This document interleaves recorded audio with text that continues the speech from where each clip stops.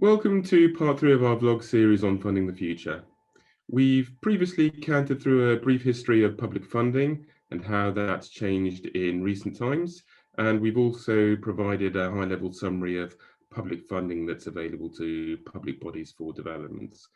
This time round, we are going to be looking at the alternative of leveraging private sector knowledge and finance to progress a scheme, primarily through public-private joint ventures, and which options public bodies might want to look at in more detail when considering how to proceed.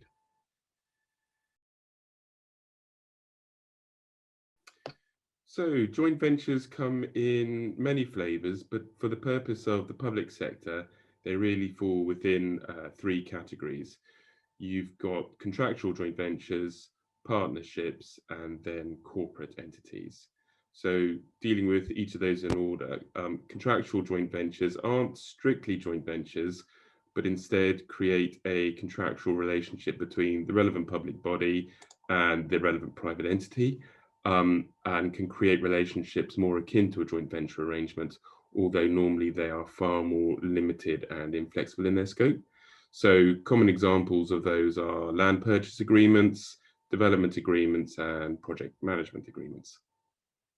Then you have partnership and corporate joint ventures, which are very, very similar, and essentially involve the creation of a special joint venture entity.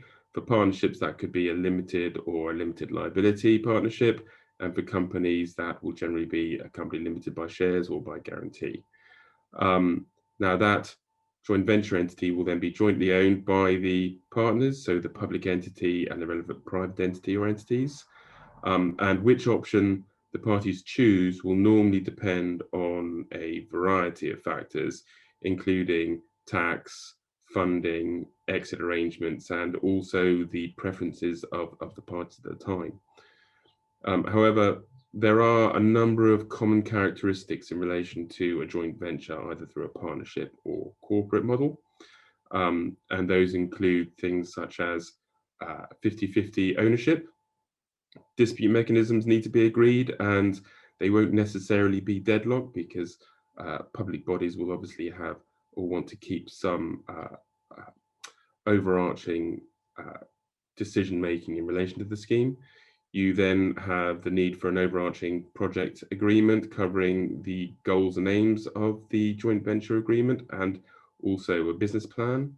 You'll then need to deal with how any land is transferred into the joint venture entity. Management arrangements, quite often the public body and the joint venture entity will appoint the private party to effectively manage the overarching development of the scheme. You've then got to agree on how the entity will be funded and how it will fund any schemes. And then you have to look at exit arrangements, both through agreed exits and enforced exits for breach.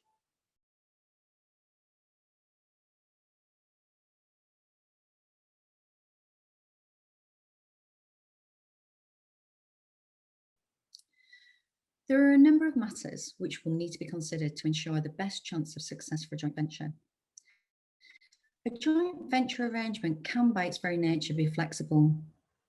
The arrangement can be set up between different entities, whether that's to dissolve at a specific future date or when the project is completed.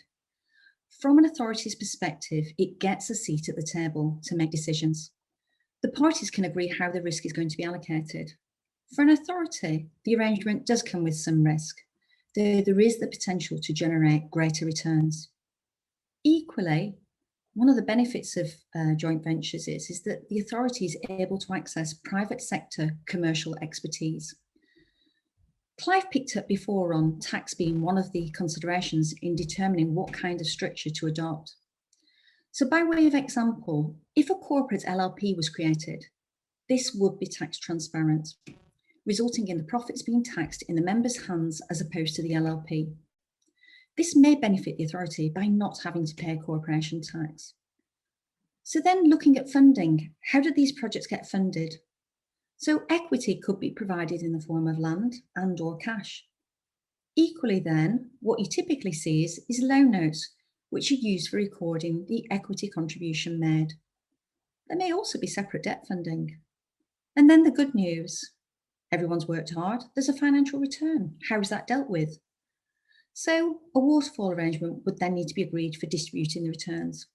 It wouldn't be unusual to see an arrangement whereby third-party debts, liabilities are paid first, followed by loan notes, with the remaining balance distributed between the joint venture parties, that being based on their share of the profits. In terms of the procurement process, this is something that the authority would need to go through to procure a development partner. And this would involve some control over the process, ensuring that a suitable partner was chosen who would bring the relevant attributes forward to deliver a successful project. If the authority was to put in some land into the SPV, it would also maintain corporate control over the land. So how's the joint arrangement going to be structured? Will there be a joint arrangement for one development or a project, or will it be for a series of developments? It's entirely flexible. Equally, it may well be that provision is made for more sites to be added to the joint venture, or also for further joint ventures to be added to the arrangements involving third parties.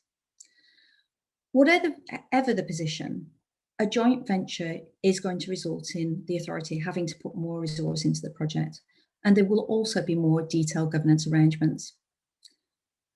In relation to the SPV that's created, what will inevitably happen is that the day-to-day control could be vested in the board. What this could result in is some decisions having to be made and determined by members as opposed to the board, for example, where there was a material change to the business plan. And equally, there may be certain decisions where a member may be conflicted and not able to vote. What I've sought to do is just give you a flavour of some of the matters that need to be considered. It's definitely not a comprehensive list, but hopefully it gives you an insight into some of the matters that need to be considered. But if you are going forward and thinking about taking forward a joint venture arrangement, then a proper analysis can be done of the various matters that need to be considered.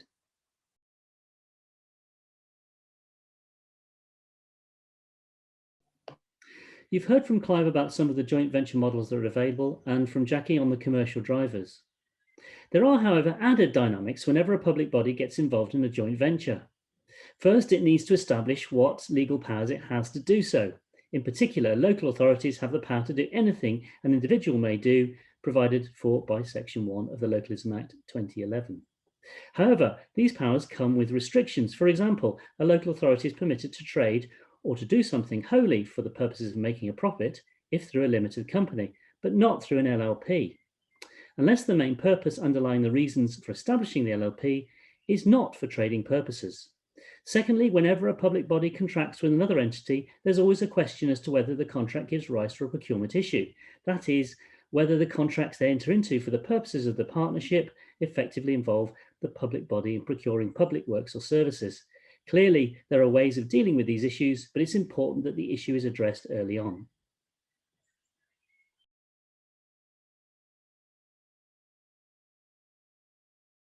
In the course of this episode, we've identified the key joint venture models, looked at why particular models are adopted, and highlighted the special issues that public bodies must address. In episode 4, we'll be homing in on income strips, a particular type of investment and funding model. And so, until next time, goodbye for now.